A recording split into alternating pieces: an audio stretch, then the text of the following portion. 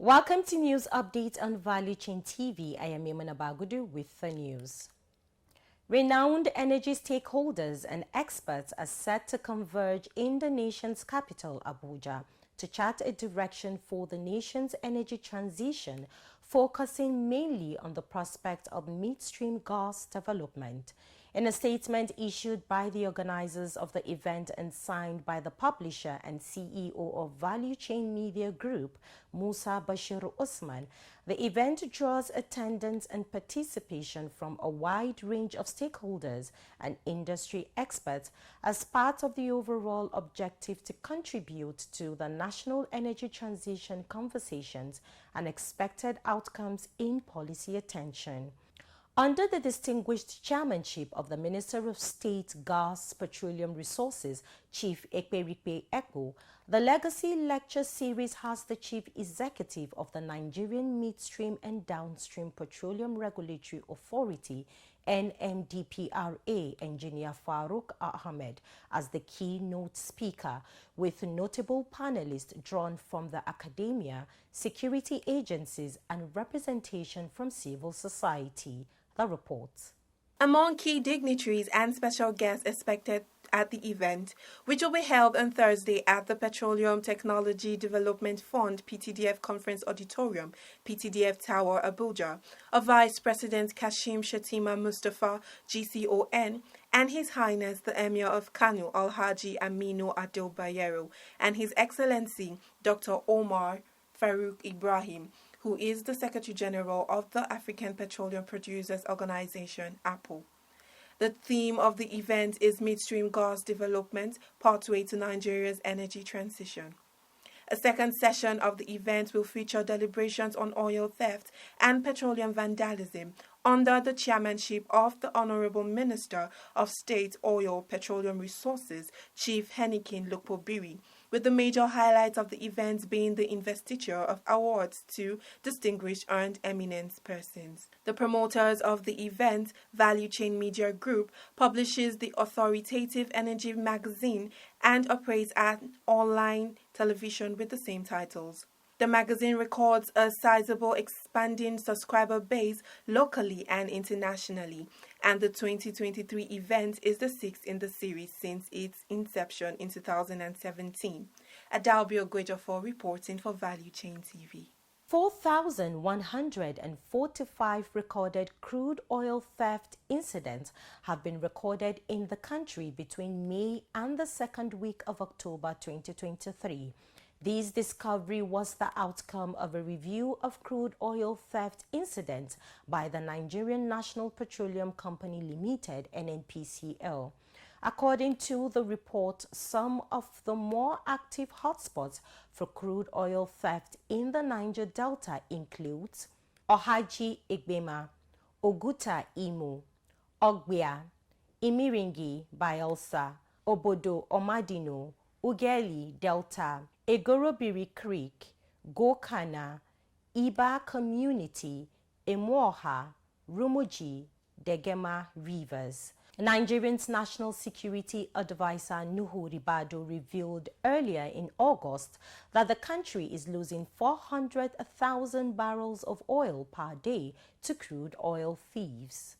The Nigerian Senate has set a committee to investigate the contracts awarded for the rehabilitation of state-owned refineries, which have remained non-functional for years, despite the series of repairs executed on the various turnaround maintenance contracts that have cost the country a total of 11.35 trillion in 13 years.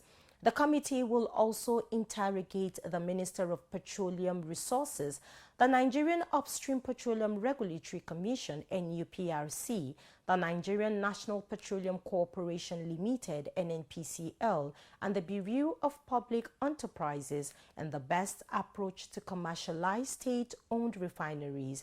The resolution followed a motion by Senator Sunday Karimi of Kogi West Senatorial Zone during Tuesday's plenary in Abuja. Few Nigerians shared their opinions on the recent development with Value Chain TV. For over 13 years, Nigerian refineries have remained dysfunctional, despite several attempts to fix them. An ad hoc committee has been set up by the Senate to probe and investigate contracts worth 11.35 trillion naira that were aimed at fixing these refineries. Let's find out from Nigerians how effective and efficient they think this committee will be. The problem of we Nigerians is everybody is out for his interests.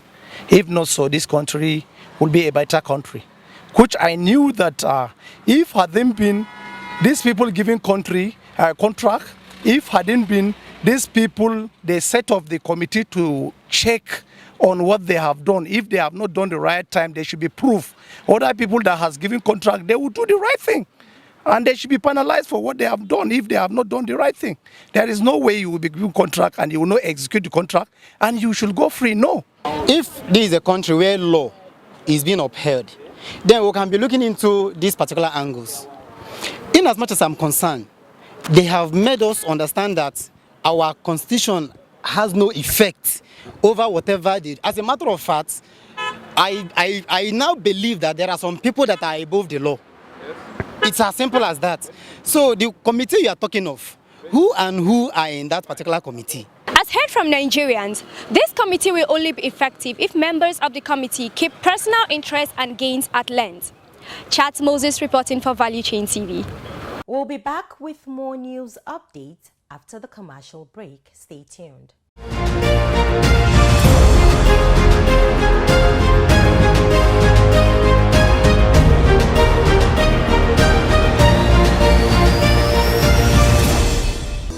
In the heart of Nigeria's capital, an event like no other is about to unfold. Get ready for the 6th Annual Value Chain Lecture and Awards, coming away on Thursday, 26th October 2023 at the PTDF Auditorium, Central Business District, Abuja. Ladies and gentlemen, this year's theme is set to make history: midstream gas development, a pathway to Nigeria's energy transition. As the nation transitions to cleaner and more sustainable energy sources, we are honored to bring you a lineup of experts, influencers ready to guide us on this transformative journey.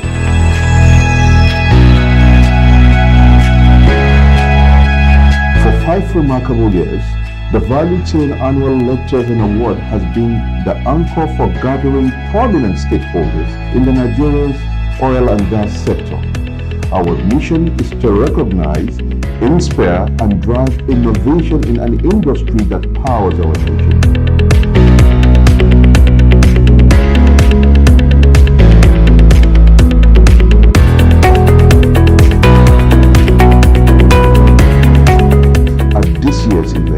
We have gathered a stellar group of industry leaders, policymakers, and experts, all eager to share their insight and expertise.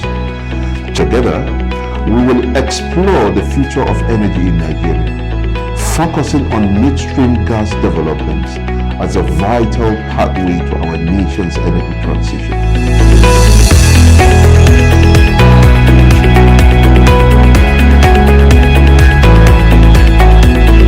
The 6th Annual Value Chain Lecture and Awards promises enlightening discussion, in-depth presentation, and inspiring awards recognizing excellence in the sector. Join us at the state-of-the-art PTDF Auditorium, a fitting venue for an event of this magnitude. This is where stakeholders in the oil and gas sector will converge, network, and learn about the latest trends and technologies. Don't miss this extraordinary event. Register today and secure your spot in the center of the energy revolution. Mark your calendars. Thursday, 26 October 2023, PTDF Auditorium, Abuja, the 6th Value Chain Annual Lecture and Awards, shaping the future of Nigeria's energy sector.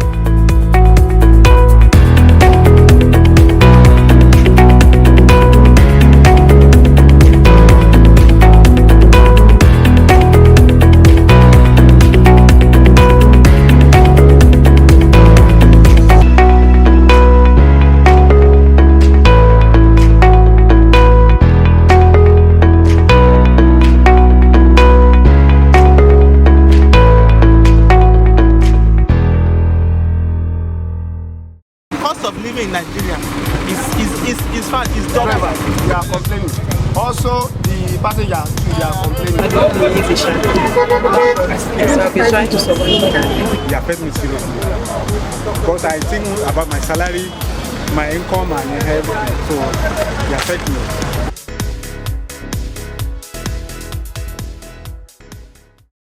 Welcome back. Still on the news update, the Lagos State Division of the Tax Appeal Tribunal has ordered MTN Nigerian Communications to pay $72,551,059 in tax default to the Federal Inland Revenue Service from 2007 to 2017. A 5-person panel led by Professor A.B. Hamed gave the verdict and order recently while delivering judgment in an appeal numbered TAT/LZ/VAT/075 filed by the telecommunication company against the request by the FIRS to pay the default. The report. According to details before the appeal, sometime on May 10, 2018, the Office of the Attorney General of the Federation issued a report of its investigation into the MTN's transactions between 2007 to 2017. In July 2021, the FIRS issued a VAT assessment of $93,590,376 million to the MTN. These assessments comprised $72,551,059 as the principal liability and $21,039,807 million for penalties and interest on the principal sum first assessment. MTN objected to the first assessment, after which the FIRS further reviewed the evaluation. The newly appointed chairman of the Economic and Financial Crimes Commission, EFCC, Ola Olukoyede, has instructed the operatives of the commission who are from level 17 downward to reveal their assets, which will be investigated in accordance with the civil service rules and protocols. The EFCC boss gave the directive while speaking with the senior employees of the commission at the corporate headquarters in Abuja. He said that as members of the commission, they must live above board by setting the pace with good examples, as fighting corruption required those at the forefront to first take daring steps towards accountability and internal purification. Olukoyede also assured the Commission's staff members that adherence to the rule of law will be an article of faith and a defining principle of work. Nigerians have reacted positively to the development. This is what we call a leader. This is what we call a leader. You have to start from within. Healing starts from within, and he's trying to heal the system. So it's coming out clean that this is what I own. So at the end of the day, when he's doing his duties and he's doing what he's supposed to do, apprehending who he's supposed to apprehend, the right people, at least he knows that he's not stealing from what he's apprehending. Do you understand? Knowing that this is what he owns. So even if he should have more assets, he can even have the privilege and right to stand for himself in court and anywhere in the world and say that, yes, this is from what I made from my own personal business, my profit and my salary. They are equally corrupt. So when he will start himself within himself, then that shows down that he's ready to change the Nigeria to the greater height. But where he he start with witch hunting, trying to pick some particular politicians and then nail them down. That's going to be a very serious problem. But in a situation whereby he start within home, that is purify this home, let there be a sanity in the EFCC. Let what brought about the creation of the EFCC should come into place. Believe me, you will go somewhere. And that's the problem we're facing today as a country, Nigeria. The Director General of the Nigerian Debt Management Office, Patience Oniha, has said that the government's efforts to boost revenue will help reduce its loan service ratio by almost a half in the medium term. She said this in an interview with journalists on Tuesday in Abuja. where she noted that a low tax take has forced the government to rely significantly on borrowing to meet its public spending needs. This, she said, has complicated efforts to rein in debt and fund infrastructure, education and health projects.